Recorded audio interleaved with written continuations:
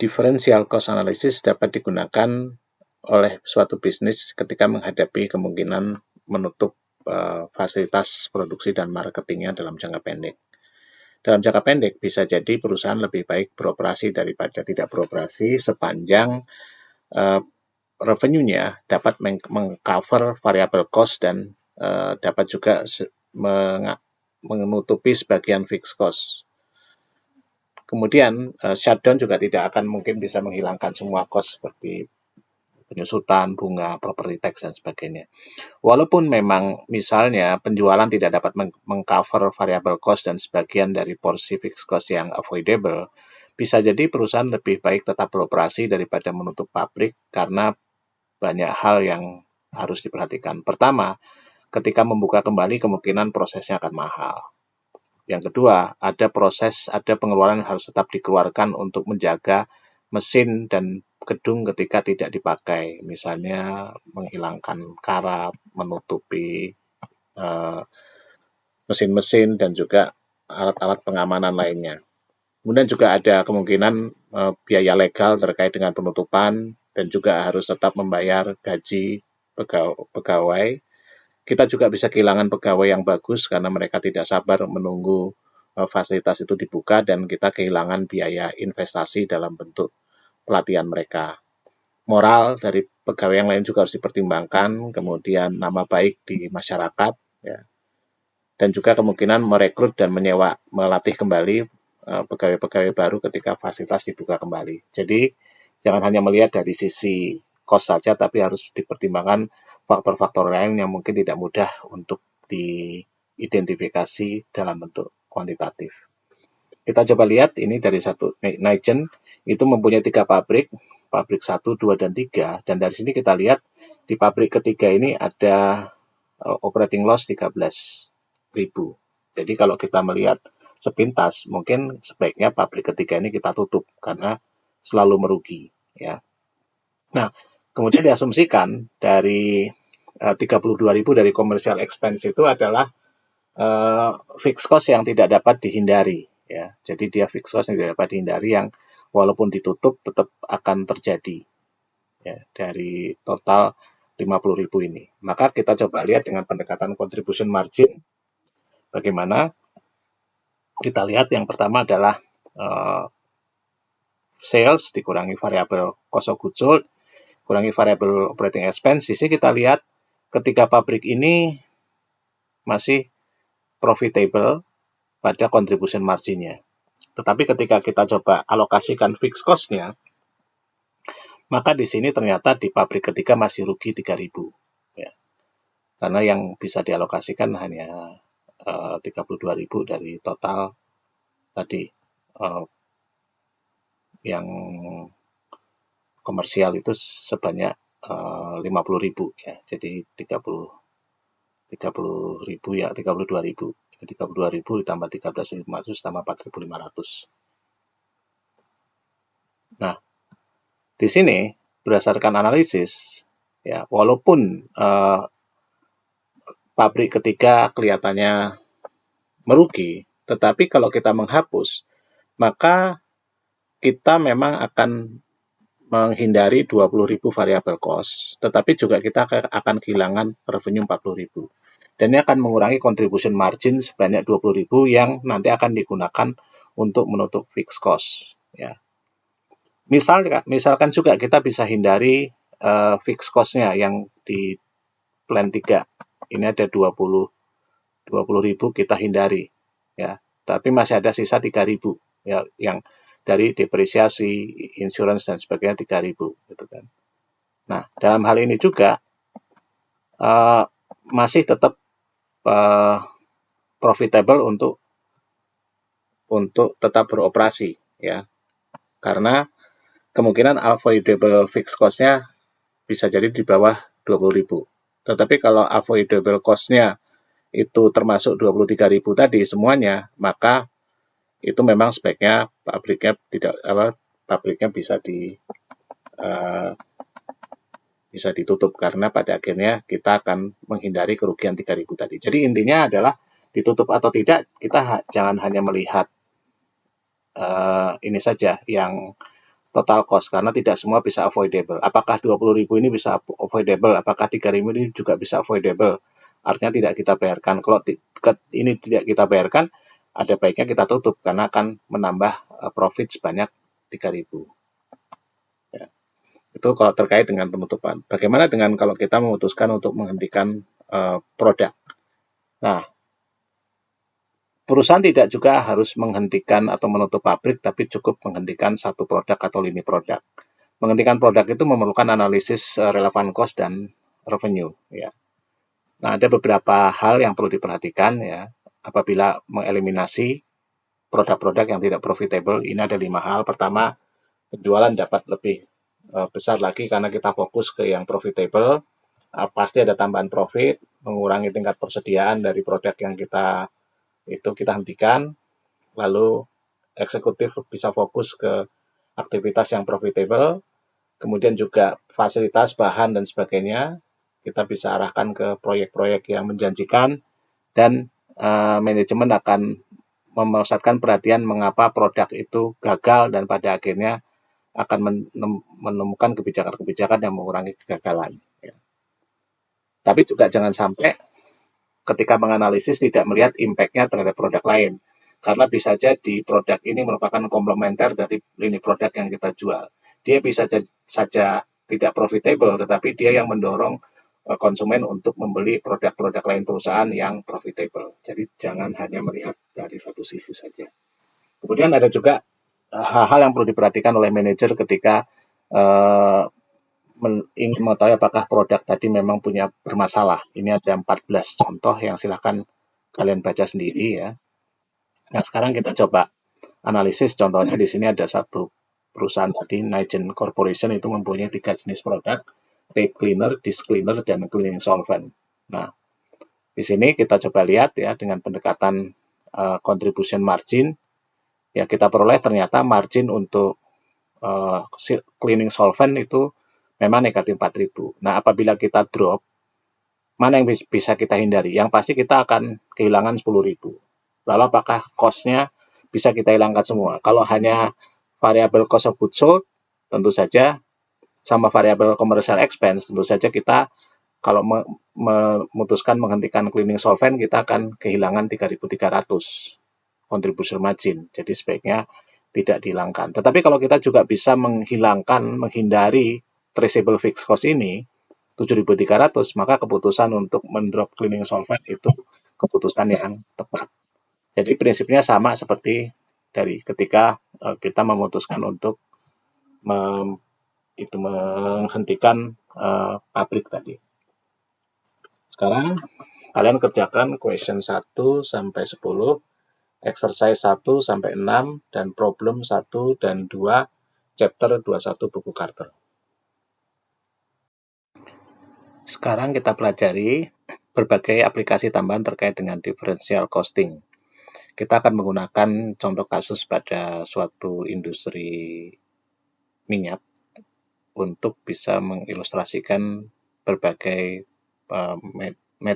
penerapan metode ini untuk problem solving. Dan ini dapat digunakan untuk berbagai setting industri lainnya. Dalam industri oil refinery yang mengubah dari minyak mentah menjadi bahan bakar yang siap dipakai, itu memerlukan berbagai pilihan alternatif pada setiap titik proses produksi. Refining memisahkan, mengekstrak, dan secara kimia mengkonversi minyak mentah menjadi komponen-komponen menggunakan panas, tekanan, dan katalis. Produk-produk petroleum dasar didapatkan dengan memanaskan pada tingkat tertentu, ya, mulai dari range-nya sekitar 300 derajat, dari 275 Fahrenheit sampai 575, nanti akan memunculkan komponen yang disebut fraction and cuts or product, ya, yang akan muncul sebagai uap yang nanti akan terkondensasi menjadi cairan. Nah, yang paling ringan dan yang paling gampang menguap itu adalah nafta dan gasolin. Lalu muncul fraksi berikutnya yang lebih berat yang disebut minyak tanah, kerosin, dan fuel oil. Ya. Lalu yang bagian akhir biasanya nanti akan menjadi yang lebih berat, ya, yang kita sebut di sini nanti residuum atau bottoms. Ya. Residuum bottom ini kalau diolah lebih lanjut dapat menjadi minyak lubricating oil, ya, minyak untuk pelumas, wax, dan aspal. Manajer dari refinery perlu memutuskan pada untuk setiap fraction pada tahapan mana dijual, pada tahapan mana dibeli dari refinery lain, dan atau apakah kita perlu meningkatkan pabrik untuk menangani volume yang lebih besar. Akuntan biasanya menyediakan informasi dalam bentuk flexible budget dari departemen tadi, ya, yang dapat memproses fraksi-fraksi tadi yang kita sebut secondary department. Nah, flexible budgetnya disebut cost analysis budget, ya. Ini agak berbeda dengan yang kita pelajari karena di sini ada controllable sama non controllable. Kemudian yang kedua itu budgeted expenses untuk service department dialokasikan ke operating department dengan berdasarkan kapasitas. Ya, tujuannya adalah untuk menemukan berapa jumlah departmental differential cost atau differential cost pada departemen tadi. Ini contohnya, ya. Jadi kalau shutdown tidak ada produksi, maka differential cost-nya 7.000, kalau kapasitas 60%, 16.000, 80%, 19.000, dan seterusnya. Kemudian yang bisa diproduksi 60 galon, ini untuk cracking, ya, contoh 80.000 galon dan seterusnya, sehingga diferensial galonnya dari jumlah awalnya 0 sampai 60, ya, 60 sampai 80 berarti 20, 80 sampai 100 berarti 20, dan seterusnya. Total differential cost-nya bisa dihitung, sehingga kita bisa mendapatkan differential cost per unit dari masing-masing. Lalu kita bisa memperoleh average cost per unit. Nah, dari cracking tadi, ini kita menggunakan pada kapasitas normal 80% dengan differential cost 80 sampai 100 atau 0,1. Cracking yields-nya 75% gasolin, 15% residual fuel oil, dan 10% akan hilang atau loss. Kita ambil satu kasus pertama, menjual atau memproses lebih lanjut. Misalnya, refiner pada saat ini memiliki 20.000 galon fuel oil yang mau diputuskan apakah dijual sebagai fuel oil atau di-crack menjadi gasoline dan residual fuel oil. Nah, di sini kita bisa tahu harganya adalah kalau fuel oil 1,4, kalau menjadi gasoline 1,68. Ya. Kapasitasnya 80%, berarti kalau nambah 20.000 galon itu differential cost-nya 10 sen per galon. Maka kita hitung berapa tambahan revenue-nya. Tambahan revenue-nya, galonnya tadi 20.000, 75% jadi gasolin, berarti 15.000 dengan harga 1,68. Diperoleh 25.200. Lalu sisanya fuel oil tetap 15%, 3.000 pada harga 1,4, 4.200 dijumlahkan. Kemudian dikurangi dengan biaya cracking di sini sebesar 10 sen per galon kali 20.000, jadi 2.000, sehingga total cost-nya 27.400.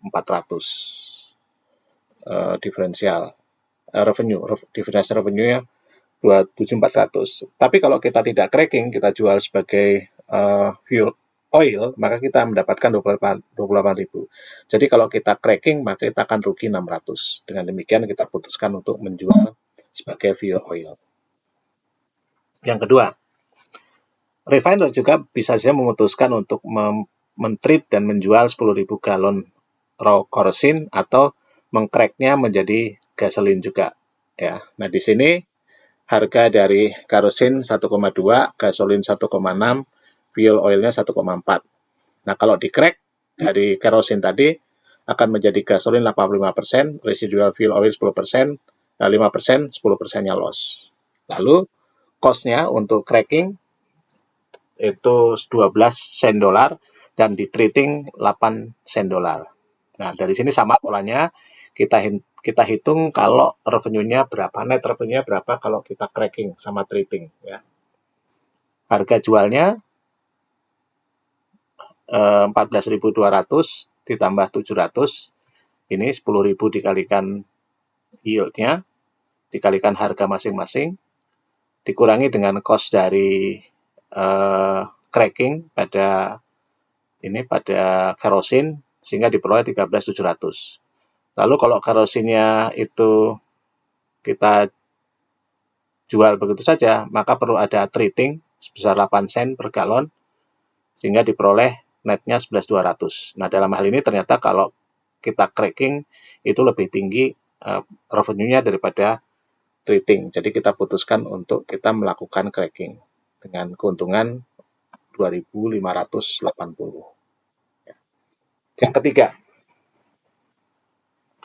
misalnya suatu refinery menerima tawaran untuk membeli 10.000 galon silinder stok dan ingin tahu berapa harga maksimal yang dapat dibayarkan sehingga masih menghasilkan laba. Stok tadi dapat diproses menjadi conventional bread stock dan lalu dijual. Ya. Nah, proses lebih lanjut mengharuskan penggunaan blending unit untuk membuat finish motor oil, ya, yang sekarang sudah bekerja pada kapasitas full-nya. Ya. Nah, di sini kita bisa tahu yield-nya dari cylinder stock akan menjadi 90% bread stock, 5% petrolatum, dan 5% loss. Harga pasarnya bread stock $1, petrolatum 0, tidak ada harga jualnya. Jadi kalau kita proses produksi, maka akan ada differential cost untuk memproses 10.000 galon silinder stok tadi. Ada solvent dewaxing 6 sen per galon, kemudian solvent extracting 6 sen per galon, dan filtering 3 sen per galon. Totalnya 15 sen dolar per galon. Nah, berapa yang bisa kita tawarkan? Kita lihat. Bread stock yang dihasilkan 9.000 galon dikalikan 9.000, kemudian differential cost untuk memproduksi bread stock tadi dari silinder stock 10.000 galon dikalikan 15 sen per galon diperoleh 1.500, sehingga marginnya 7.500. Jadi total maksimal yang bisa kita bayarkan untuk membeli 10.000 galon silinder stock adalah 7.500 atau per galonnya 75 sen. Kalau kita mendapatkan harga 75 sen maksimal, kita pulang pokok tidak rugi, tapi tidak juga untung. Tetapi kalau kita mendapatkan lebih kecil dari angka ini, maka kita akan mendapatkan keuntungan. Kasus terakhir kita coba menganalisis proposal untuk menambah kapasitas. Jadi satu refiner menemukan bahwa kapasitasnya tidak cukup untuk memproduksi yang disebut finish neutrals. Refiner percaya dan yakin bahwa menambah kapasitas ke unit solvent dewaxing dan solvent extracting akan profitable. Kemudian additional wax distillate stock dapat dibeli pada harga pasar yang berjalan. Sebelum dilakukan pembangunan, akuntan mengumpulkan informasi sebagai berikut. Jadi di sini kapasitasnya sekarang 100, yang normal ke 120. Ada peningkatan 10.000 galon kapasitas. Ini nanti differential cost-nya 10 sen per galon pada solvent dewaxing department dan 10 sen per galon pada solvent extracting department. Yield-nya itu untuk wax distillate tadi, kalau kita proses jadi neutrals itu 90%, 1,5 parafin, sisanya loss. Harga pasar untuk viscous neutral itu 1,5 per galon, parafin 24 per pound, ya. Kemudian wax distillate sebagai bahan mentahnya itu tidak ada harga pasarnya, tapi diperkirakan harganya 1,2 per galon.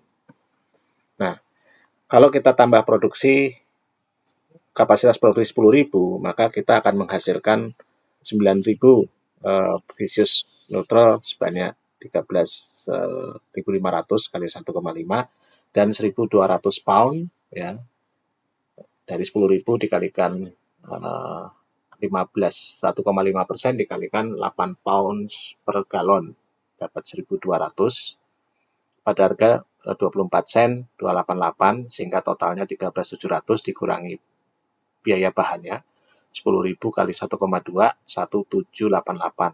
Tetapi diferensial cost dengan menaikkan kapasitas ini totalnya adalah 2.000, sehingga justru kalau kita naikkan kapasitas malah rugi sebesar 212. Artinya menunjukkan bahwa propose untuk menambah kapasitas tidak dapat didukung. Sekarang kerjakan exercise 7 sampai 10, problem 3 sampai 10, buku Carter bab 21. Selamat belajar.